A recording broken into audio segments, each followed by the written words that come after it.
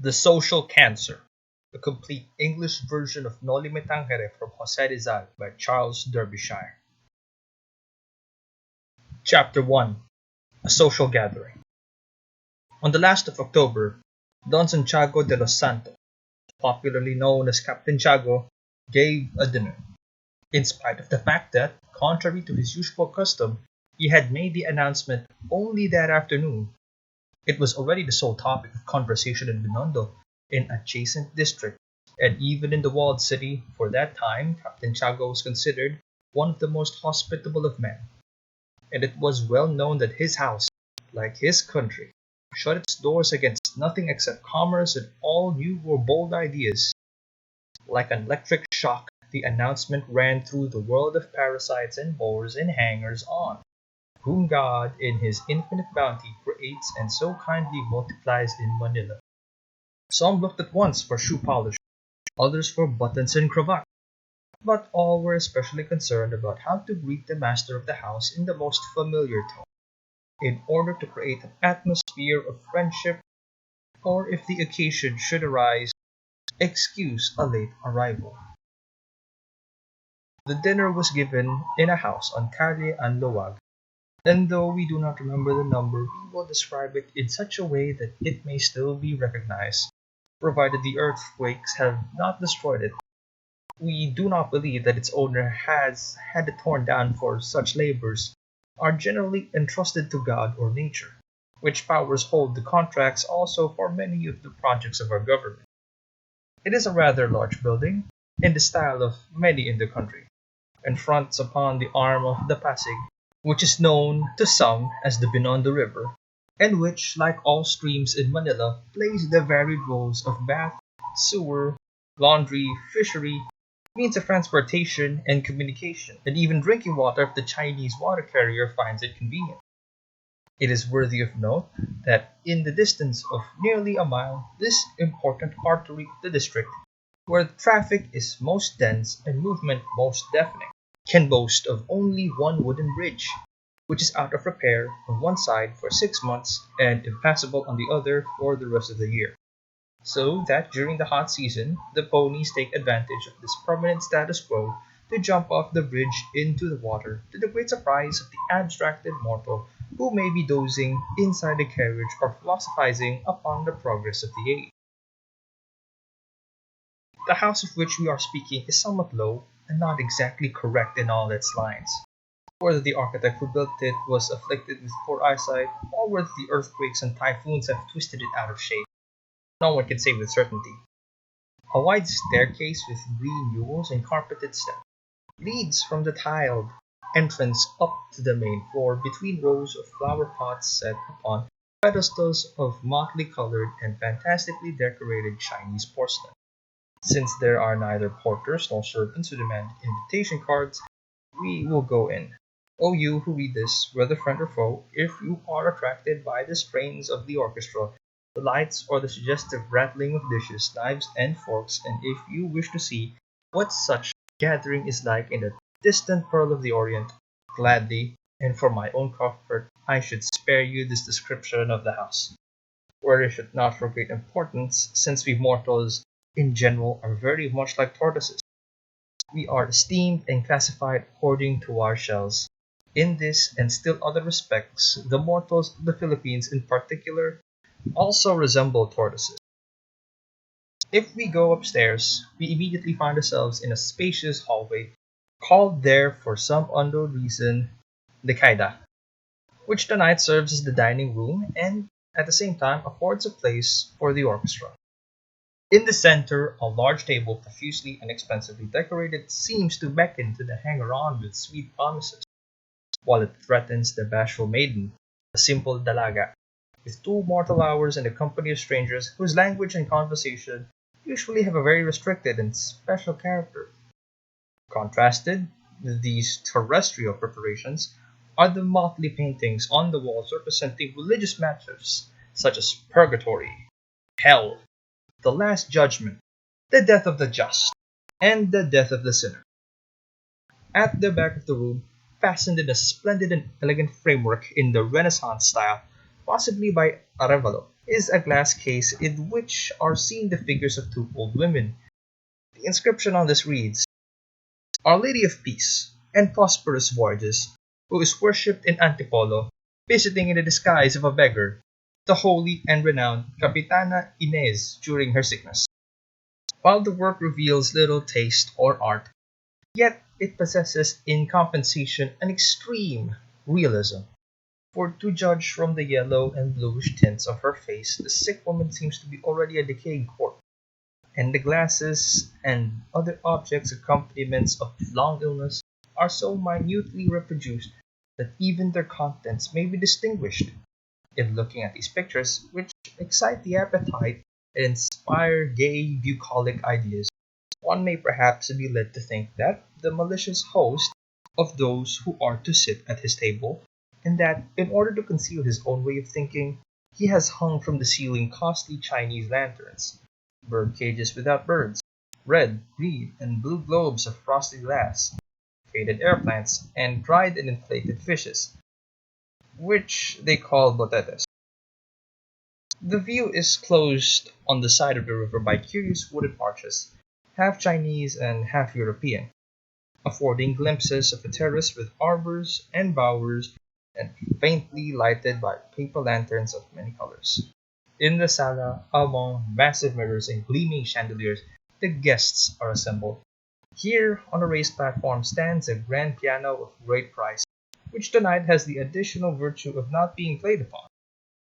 Here, hanging on the wall, is a oil painting of a handsome man, in full dress, rigid, erect, straight as the tassel cane. He holds in his stiff, ring-covered fingers a hole seeming to say, Ahem!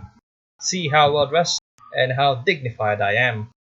The furnishings of the room are elegant and perhaps uncomfortable and unhealthful, since the master of the house would consider not so much the comfort and health of his guests as his own ostentation.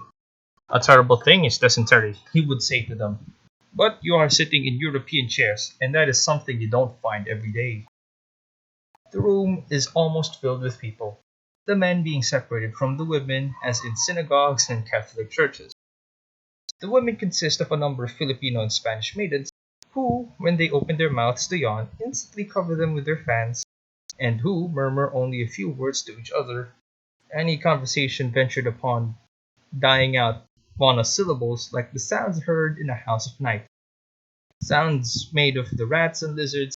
Is it perhaps the different likenesses of Our Lady hanging on the wall that force them to silence and a religious demeanor, or is it that the women here are an exception?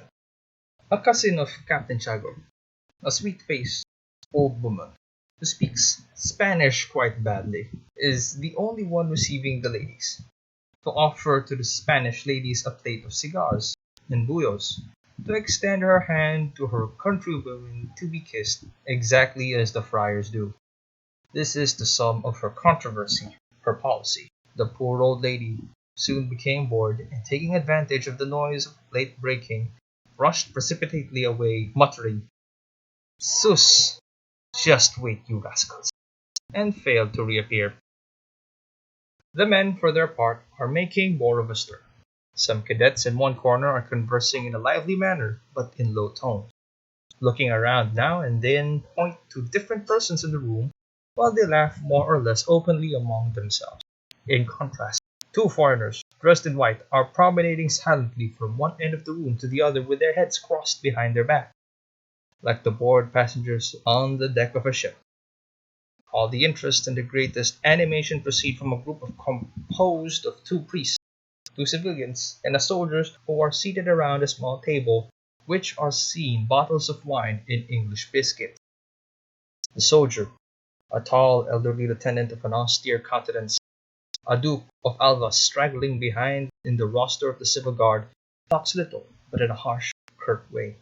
One of the priests, a youthful Dominican friar, handsome, graceful, polished as the gold mounted eyeglasses he wears, maintains a premature gravity, and has been in the former years a professor in the college of San Juan de Letran, where he enjoyed the reputation for being a consummate dialectician, so much so that in the days when the sons of Guzman still dared to match themselves in subtleties with laymen, The able disputant B. de Luna had never been able to either catch or to confuse him. The distinctions made by Fray Sibilla, leaving the opponent in the situation of a fisherman who tries to catch eels with a lasso.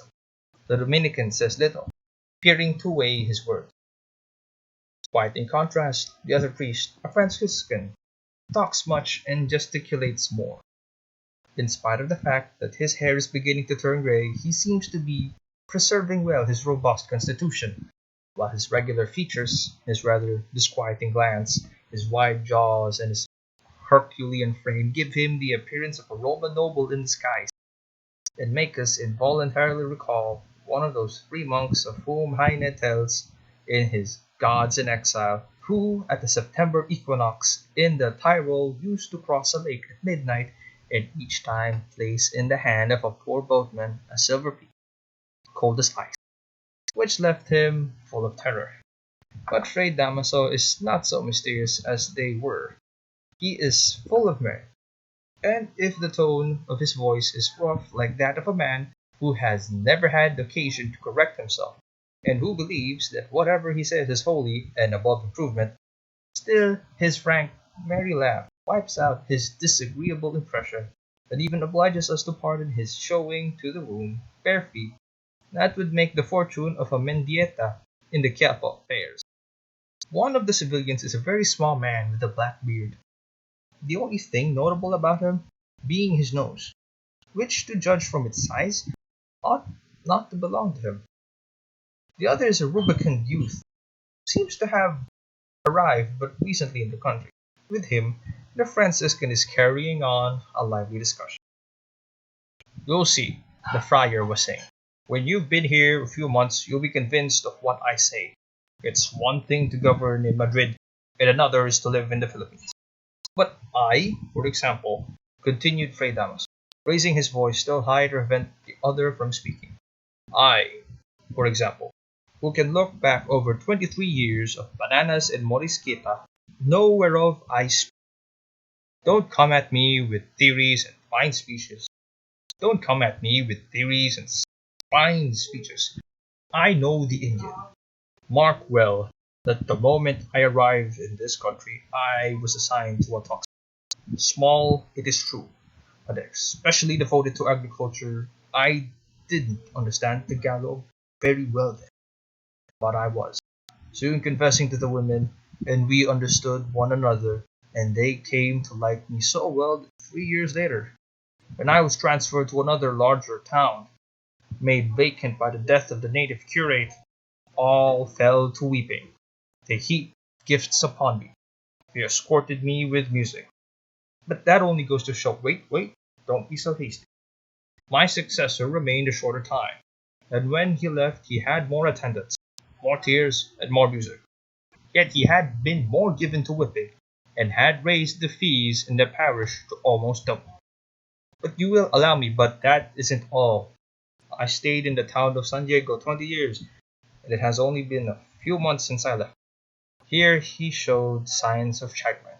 20 years, not one can deny, are more sufficient to get acquainted with a town. San Diego has a population of 6,000 souls, and I knew every inhabitant as well if I had been his mother. And when I knew which foot this one was lame, where the shoe pinched that one, who was courting that girl, what affairs she had, and who was the real father of the child, and so on. For I was the confessor of every last one, and they took care not to fail in their duty. Our host, Santiago, will tell you whether I am speaking the truth, for he has a lot of land there, and that was where we first became friends. Well then, you may see what the Indian is. When I left, I was escorted by only a few old women and some of the tertiary brethren, and that after I had been there for 20 years.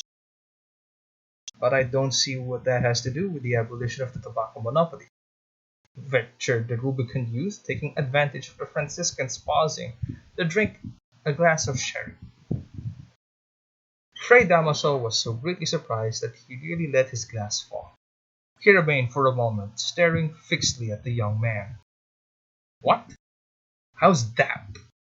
He was finally able to exclaim in great wonderment. Is it possible that you don't see it clear as day? Don't you see, my son, that all this proves plainly the reforms of the ministries are irrational? It was now the youth's turn to look perplexed. The lieutenant wrinkled his eyebrows a little more, and the small man nodded toward Fray Damaso equivocally. The Dominican contented himself with almost turning his back on the whole group. Do you really believe so? The young man at length asked with great seriousness, as he looked at the friar with curiosity. Do I believe so? As I believe the gospel. The Indian is so indolent. Ah, pardon me for interrupting you, said the younger man, lowering his voice and drawing his chair a little closer. But you have said something that awakens all my interest. Does this indolence actually naturally exist among the natives? Or is there some truth in what a foreign traveler says, that with this indolence we excuse our own, as well as our backwardness and our colonial system? He referred to other colonies whose inhabitants belong to the same race. Bah! Jealousy! Ask Senor Laruja, who also knows this country. Ask him if there's any equal to the ignorance and indolence of the Indian. It's true, affirmed the little man, who was referred to as Senor Laruja. In no part of the world can you find anyone more indolent than the Indian. In no part of the world. No more vicious, no more ungrateful, no more unmannerly. The rubicund youth began to glance about nervously. Gentlemen, he whispered, I believe that we are in the house of an Indian. Those young ladies, bah! Don't be so apprehensive. Santiago doesn't consider himself an Indian. And besides, he's not here. And what if he were here? These are the nonsensical ideas of the newcomers. Let a few months pass and you will change your opinion after you have attended a lot of fiestas and by Lujan, slept on cots, and eaten your fill of tinola. Ah, is this thing that you call tinola a variety of lotus which makes people forgetful? Nothing of that kind, exclaimed Fray Damaso with a smile. You're getting absurd. Tinola is a stew of chicken-head squash. How long has it been since you got here? 4 days, responded the youth, rather offended. Have you come as a government employee? No, sir. I've come at my own expense to study the country. Man, what a rare bird! Exclaimed Fray Damaso, staring at him with curiosity.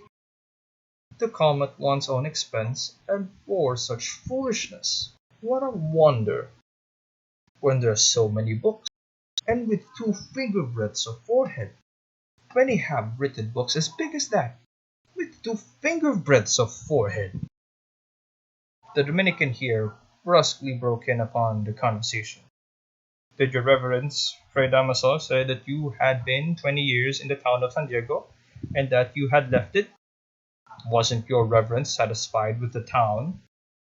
At this question, which was put in a very natural and almost negligent tone, Fray Damaso suddenly lost all his merriment and stopped laughing. No, he grunted dryly, and let himself back heavily against the back of his chair. The Dominican went on in a still more indifferent tone.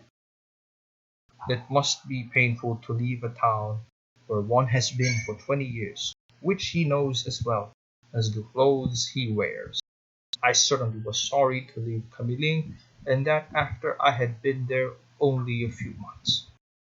But my superiors did it for the good of the orders, for my own good. Fray Damaso, for the first time that evening, seemed to be very thoughtful.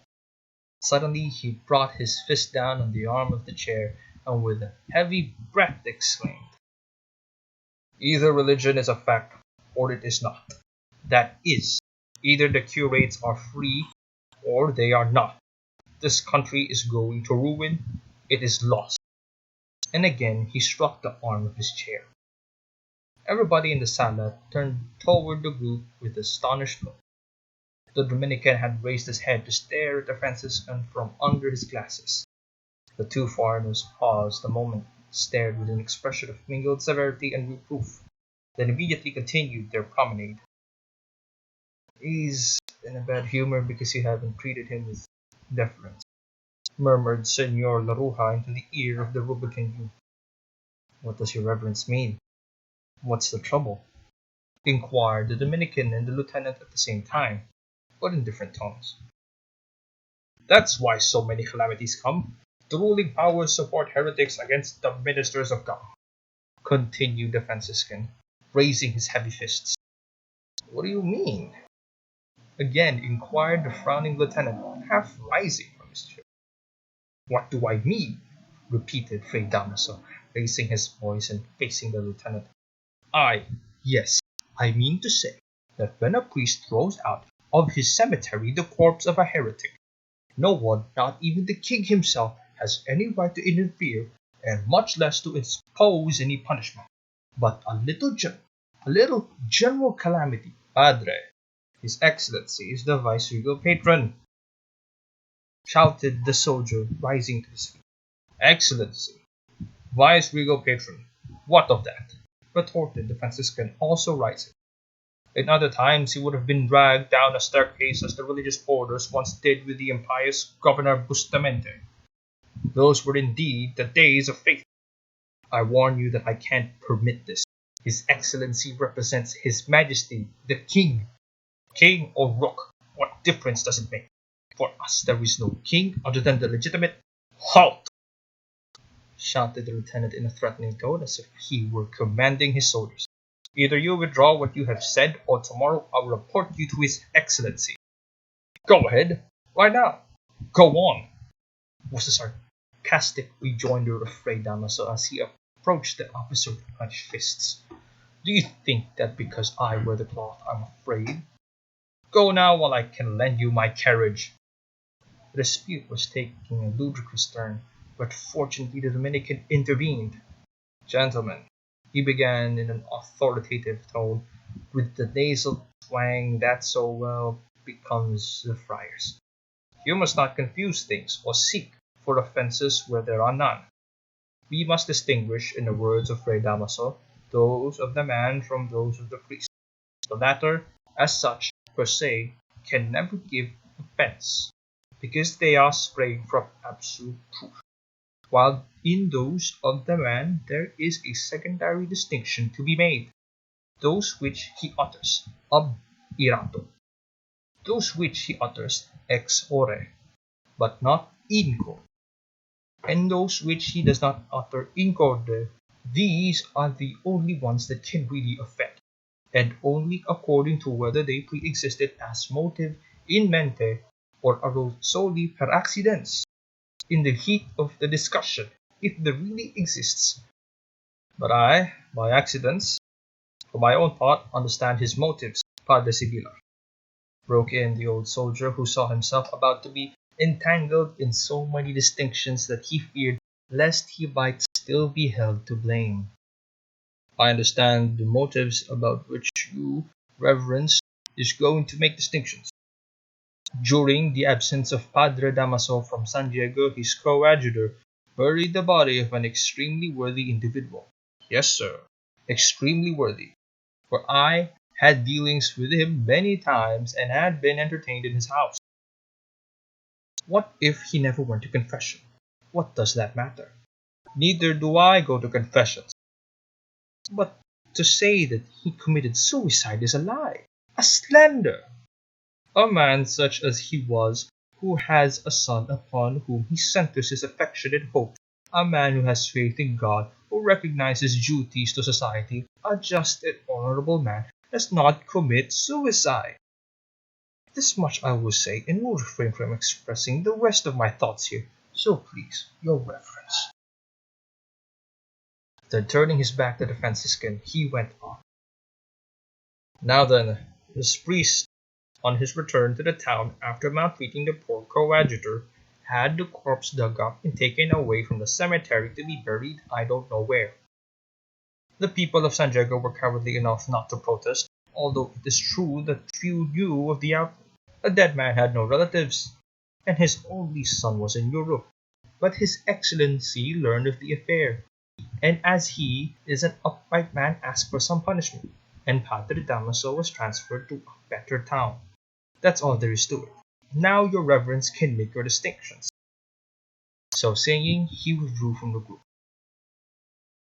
I'm sorry that I had inadvertently brought up so delicate a subject, said Padre Sibila sadly. But after all, if there has been a gain in the change of talents, how is there to gain? And what of all the things lost in moving the letters and everything that is mislaid? Interrupted Fray Damaso, stammering in the vain effort to control his anger.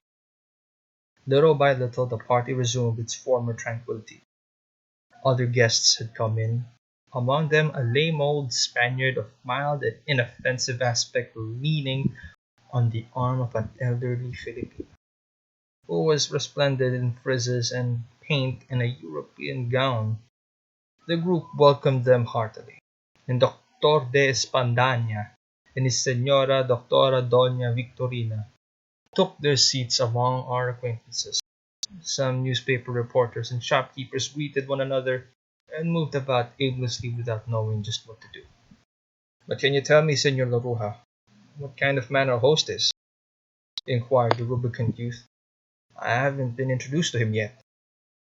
They say that he has gone out. I haven't seen him either. There is no need for introductions here, volunteered Fray Damaso. Santiago is made of the right stuff. No, he's not the man who invented gunpowder, added Laruja. You too, Senor Laruja, exclaimed Doña Victorina in mild reproach, as she fanned herself. How could the poor man invent gunpowder if, as is said, the Chinese invented it centuries ago? The Chinese? Why crazy, cried Father Damaso. Out with you! A Franciscan, one of my order, Fray. What do you call them? Savants. Invented it in the 7th century. A Franciscan? Well, he must have been a missionary in China, that Padre Savals, replied the lady, who did not thus easily part from her beliefs. Schwartz. Schwartz, perhaps you mean, Senora, said Fray Sibilla without looking at her. I don't know. Fray Damaso said a Franciscan and I was only repeating. Well, Savals or Chavez, what does it matter? The difference of a letter does not make him a Chinaman, replied the Franciscan in bad humor.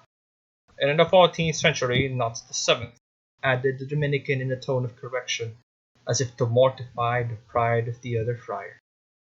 Well, neither does a century or more less make him a Dominican.